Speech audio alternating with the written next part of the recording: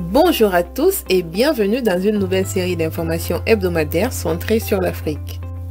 Commençons notre tour d'Afrique par le Burkina Faso où une nouvelle attaque sanglante a fait au moins 51 soldats morts. Ce dimanche 20 février, dans la région du Sahel frontalière du Mali et du Niger, une embuscade a été tendue par des djihadistes présumés attaquant des forces armées burkinabées. Cette embuscade s'avère la plus meurtrière jamais commise contre les forces de sécurité depuis celle de novembre 2021 à Inata dans le nord, où 57 gendarmes avaient alors été tués.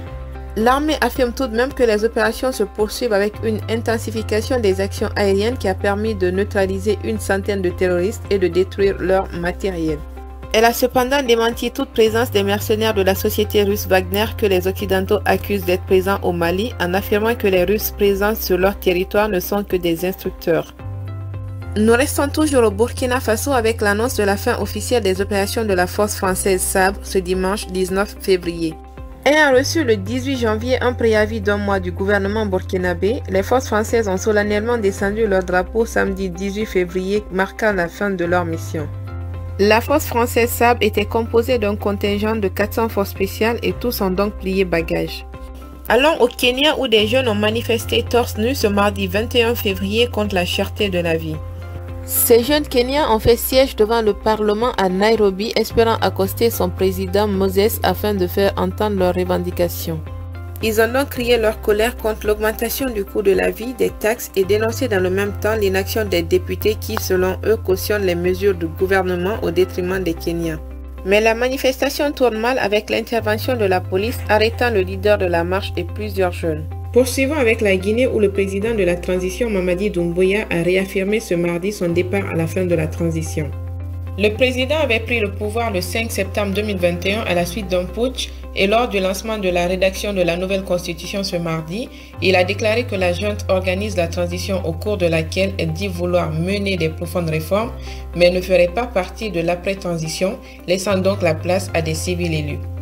Continuons notre tour d'Afrique avec la Tunisie où des migrants subsahariens sont menacés après les déclarations du chef d'État Kais Saied.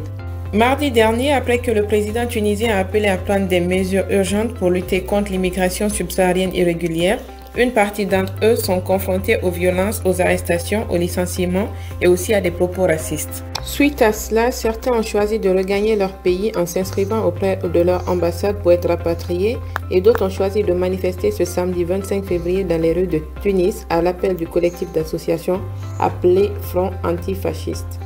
Ces manifestants protestent contre les déclarations du président en scandant non au racisme ou encore nous sommes tous des Africains.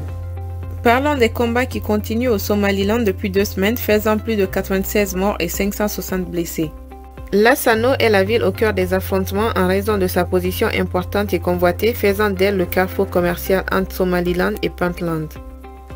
Les combats ont éclaté dans la région séparatiste de Somalie entre milices loyales à Mogadiscio et forces indépendantes le 6 février, après que des chefs coutumiers ont publié une déclaration s'engageant à soutenir l'unité et l'intégrité de la République fédérale de Somalie, exhortant les autorités du Somaliland à retirer leurs forces de la région.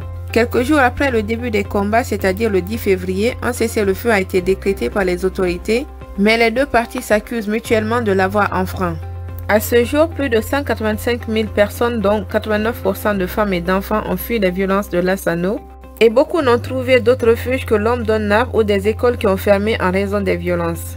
Rendons-nous au Nigeria cette fois où le vote présidentiel a débuté ce samedi 25 février.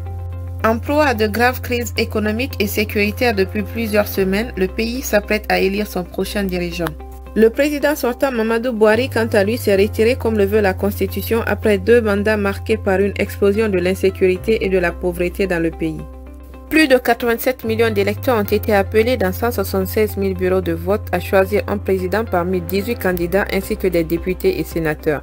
Terminons ce tour d'Afrique par la 28e édition du Festival du cinéma africain, le FESPACO, qui s'est ouvert ce samedi 25 février à Ouagadougou, capitale du Burkina Faso, avec pour thème principal la paix.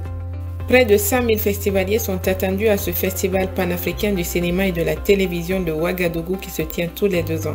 Cette année, le festival a choisi de délocaliser certains événements en projetant des films dans d'autres villes auprès des personnes déplacées par la violence djihadiste.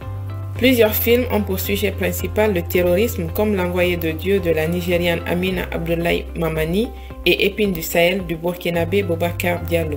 Voilà donc, c'est la fin de cette série d'actualités hebdomadaires centrées sur l'Afrique. Si elle vous a plu, je vous invite à liker la vidéo, à la partager et à vous abonner à la chaîne pour les prochaines actualités. À bientôt!